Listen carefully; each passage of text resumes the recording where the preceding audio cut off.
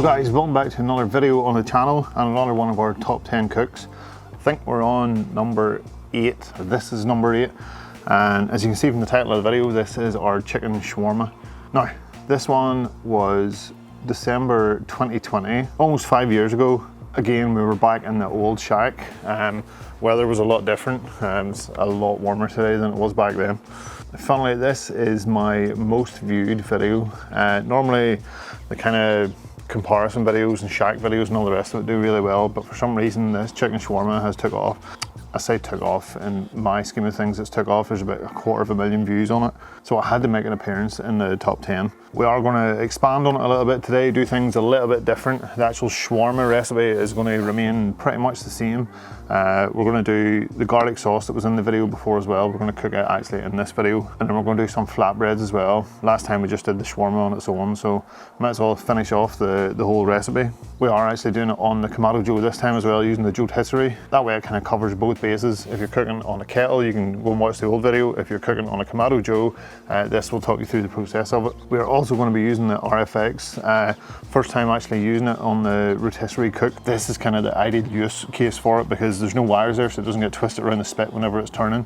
You can put it in there, monitor your meat, and get on with your day. Rotisserie is inherently kind of set it up and leave it to it kind of cook, so it's a little bit of a pain to have to come back all the time and keep checking your temperatures whenever you're getting close, so this really makes it even less effort. So enough talking, let's get on with the cook. So this is our chicken. We have about just over 2 kilos of chicken here, so I have about 1.8 kilos of chicken thighs. I couldn't get any more of them then, so I added the rest in with chicken breast. Now, the chicken breasts aren't full. I've kind of sliced them in half, so they're as thin as the thighs are, and around the same size as well. Just make them a little bit easier to get onto the spit. Now, this one does require a bit of prep the day before because you want to leave these in the fridge overnight marinating. The marinade's made up of oil, lemon juice, there's a little bit of cayenne in there, there's cumin, paprika, salt, pepper. I'll leave all the details in the description below, obviously, if you want to try it out. But you want to mix all that up and get it mixed through the thighs, get it into a bowl, cover it in wrap, and put it into the fridge, let it sit overnight. If you can't do overnight, then you want to at least do probably 8 hours to get it done first thing in the morning. Let it sit for as long as you can before you start cooking it. But don't be lazy, do it the night before, it makes all the difference. So all I have to do is get this thread onto the spit, which is super messy. I've racked my brains to try and think of like easy ways to get this done without making a mess, and there isn't one. You just have to get on with it. So a couple of gloves on. I'd run out of gloves for a while, and I specifically put this cook off for that reason. I did not want to do this without gloves. So I have one fork set. So this is the end that goes into the motor. One fork set roughly where I know the center, not the center of the barbecue, but where the meat will sit on the center of the barbecue. So we can start threading on from here and then adjust it towards the end. I don't think there's really any special technique to this one. Just pick your thighs out one at a time. One roughly centered. Oh, they smell good. And once you get down to the spit, kind of stretch it out, push it down onto the forks just so it's held out of the way, nice and flat. Then our next one will go on, again nice and flat, down through the center, and then we'll twist 90 degrees and go the opposite way around. That way we're kind of building up a fatter shawarma, a good fat shawarma. And we'll just repeat the process the whole way down until we are finished. Now, at some point you will get to the top of your prongs, so all you can do is keep your pattern, keep kind of rotating the meat 90 degrees each time so that you get a nice even shawarma at the end of it all. And then whenever we put our second prong on, we can kind of ram it down through everything to hold it in place. Okay, then once we get here, we want to go on with our second fork, push it down through. Get good tension on there as much as you can and tighten it up. It's a nice size shawarma. These little dangly bits here, they are all going to turn into pretty awesome flavour. Some of them will fall off and be sacrificed to the fire, but hey, that's the way it goes. At this point, I'm going to take the glove off, rid of this out of the way. I'm going to add a little bit more seasoning to it. So this is just to get a nice coating around the outside, nice flavour. This is the shawarma rub from, sorry, the Greek gyros rub, which is actually a shawarma rub from the Smoky Carter. So that kind of oil, lemon juice, all acts as a nice binder. So before we got this onto the spit, we need to stick in our RFX. So this is the RFX Meat wireless probe. If you haven't seen my full video on it, I'll leave a link up here. You can go and have a watch. You can read it if you want. So we need to get this into the deepest part of the shawarma just to keep an eye on the temperature. So again, we have our immersion line here we need to get it into. So we'll go in from one end, kind of angle it downwards just to get it into the middle. We don't want to really touch the bar as such, but once it's in there, that will give us a good idea of what the internal temperature is. We can keep an eye on it. Okay, so have our barbecue fired up.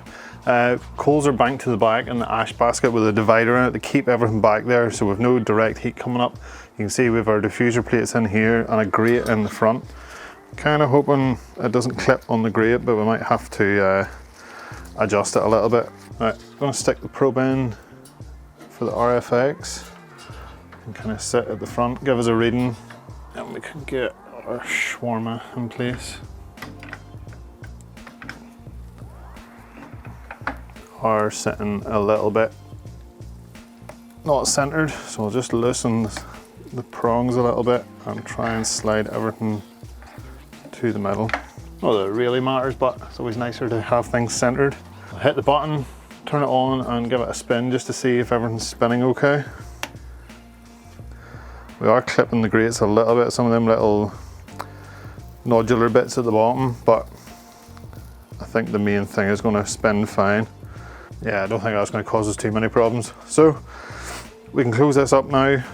We'll jump into the app just and set some of our alarms. Temperature wise, we're sitting around 200 degrees, but again, that's all indirect heat. We've nothing directly hitting that shawarma.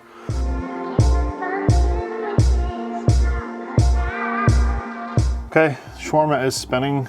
We've plugged in the RFX gateway, so we can kind of just keep an eye. We're not going to set any alarms or anything for this. I just want to use it to keep an eye on the temperature a little bit. But we can see one of our RFX meats here, the yellow one. This is the one we have in our shawarma. In the interest of keeping things simple, we will change the name of it. Shawarma. So high alarm, we have it set here at 92, which was previously for pulled pork. This time I'm going to aim for around 82. I like to take chicken thighs to 82 to 84-ish degrees, so we'll set a high alarm of 84. So you can currently see we're sitting 11.1. Oops, I forgot to save the alarm, did I? Oh, the alarm's not turned on, that's why it's not. So alarm on, save. So high alarm, 82, shawarma. That will keep tabs on things. I can go and get on with the rest of the cook. We do have a couple of other bits to prep, so we will get on with them and let the shawarma do its thing.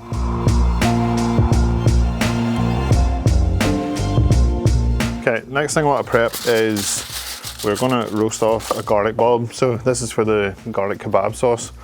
You can do it with just raw garlic and grate a couple of cloves into it, but I think a nice roast garlic one, a little bit mellower. I like the flavour of it a bit more. So take the top off a small garlic bulb, and a piece of tin foil, a little drizzle of oil, grind of salt. I'll grind the pepper, fold it up. Now this can get thrown on then to that shelf. It's in the indirect heat. We'll just let that roast off for maybe 10-15 minutes until it's nice and soft. Okay, while the garlic bulb's roasting, we might as well look at the rest of the sauce. So in here I have half a cup of Greek yogurt, half a cup of mayo.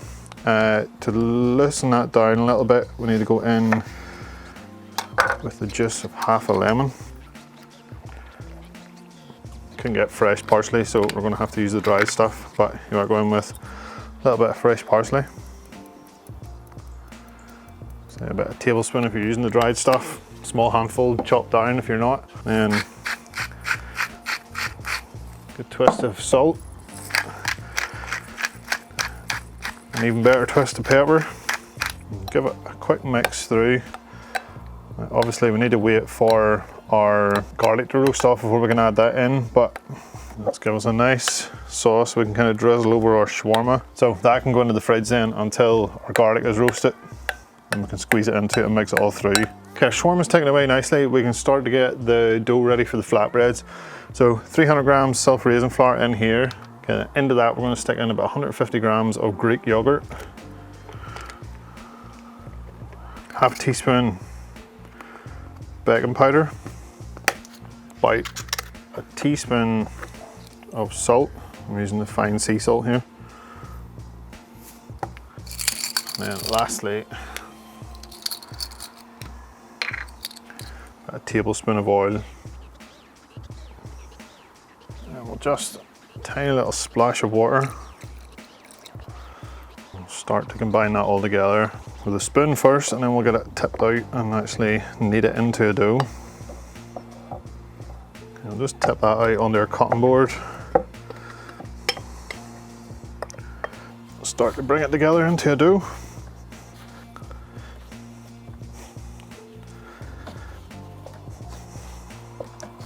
Okay, it's nicely brought together. It's pliable dough, it's not too sticky, nice to handle. And so we're going to roll this out into flatbreads afterwards, but don't need to go just yet. Looking at our RFX, our internal temperature of our chicken is 34 degrees, so we're approaching halfway. So what I'll do is I'll just wrap this up in cling film to keep it good until we're ready to roll it out. We're actually not going to do these on the barbecue, we're going to do them in the pizza oven, just because I don't want to wait until the shawarma's finished. Whenever I know we're getting close, I'm going to heat up my uni pizza oven and we're going to roll them out and do the flatbreads in there. Never done it before, so I'm interested to see how it works. But yeah, let's go and get our garlic bulb off and get our sauce finished.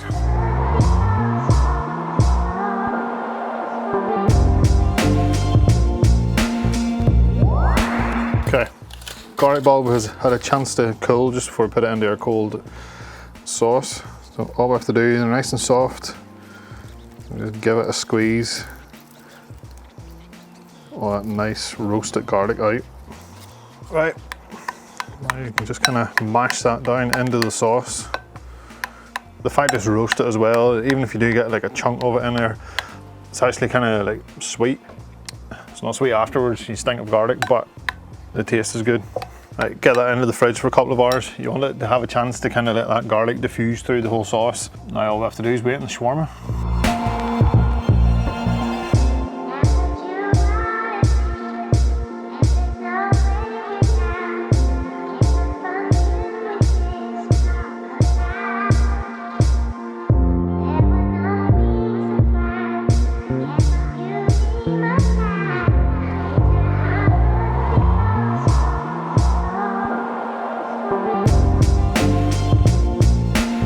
So our shawarma is almost ready. Our alarm's about to go off. I've stuck a few clips up. We fired up the uni and got the flatbreads done. Actually worked pretty well. You maybe don't get the little like charred bits on it that you would get from doing it over the coals, but it was a lot easier than messing about trying to change the setup with that barbecue. So nice to just kind of fire it up, get it going, and get them cooked off. The recipe for the flatbreads will make 4 decent sized flatbreads. If you want more, increase it. I wouldn't try and slim them down anymore. You don't want little tiny pancake looking flatbreads. Those are a bit as small as I would want to make them. Our shawarma is about ready. We'll go over to the barbecue, have a look at it. I've obviously had a couple of sneak peeks. She's looking good. Nice little knobbly bits here. They are crispy, but they're not like charred black. I'm going to check with the Thermapen. I always like to test it against what the RFX is telling us. And the whole thing is sitting about 80 degrees.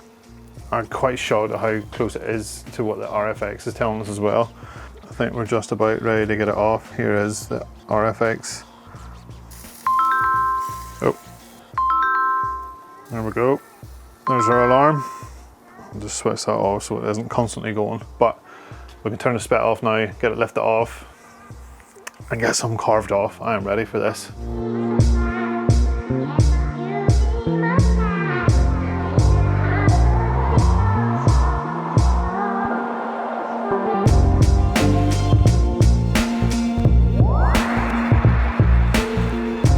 dig in here, we can get the hold of our RFX and get it out before we carve.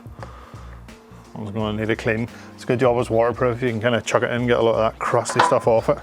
So as far as cutting this goes, trying to be careful, the spit is still pretty warm. You can twist off the little spuds and move it down towards the bottom of the spit. Tighten that back up again and stand it up on its end. This kind of gives you a nice sort of platform to hold on to. And then we go down through, take off all the little gnarly bits first.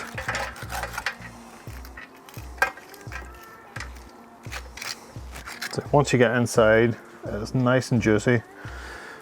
It's just that outer layer, it's kind of nice and gnarly. So depending on what you like best, you could do this and put it back on to kind of gnarly up these bits, but I like a bit of a mix. The dog's just standing here praying that something falls. You're not getting anything, TJ, sorry. I think that's enough carved off for now to at least get us something made up. It smells incredible.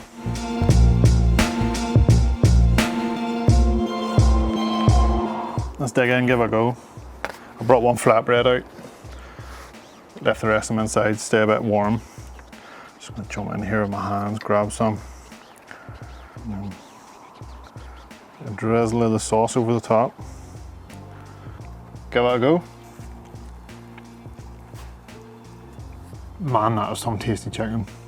That sauce, the roast garlic is 100% better than like finely mincing raw garlic into it. I always find raw garlic is that kind of bit of a, almost like a hot hit to the back of your throat. Whereas roast garlic has a sweetness to it and a richness to it. It's so good. And these little chewy, gnarly bits on the outside of that shawarma are incredible. I can pick at this all day. So this is where I had real high hopes for the RFX, because it is a use case that cannot be done with a wired probe. So this is where it needed to excel. I was a little bit worried that where the RFX was, especially something like a shawarma that's turning, and it's maybe not cooking evenly all the way through, that the RFX would hit a reading but the rest of it wouldn't. I was so shocked at how accurate, whenever I went into the Thermapen, how accurate it was compared to what the RFX was showing us. Kudos for that, worth a treat. Thermapen are actually going to stick the recipe for this over onto their website. I'll leave a link below if you want to give it a try. And there'll be links below as well for the RFX. The more and more I use it, the more and more I find it being a useful sort of tool to have in your toolkit, and it was invaluable for cooks like this. So let me know if you give it a try, or if you've already given it a try from the previous video. I'll link it below as well. If you like this video, please give it a thumbs up. If you haven't already, subscribe to the channel, and I'll see you guys in the next video.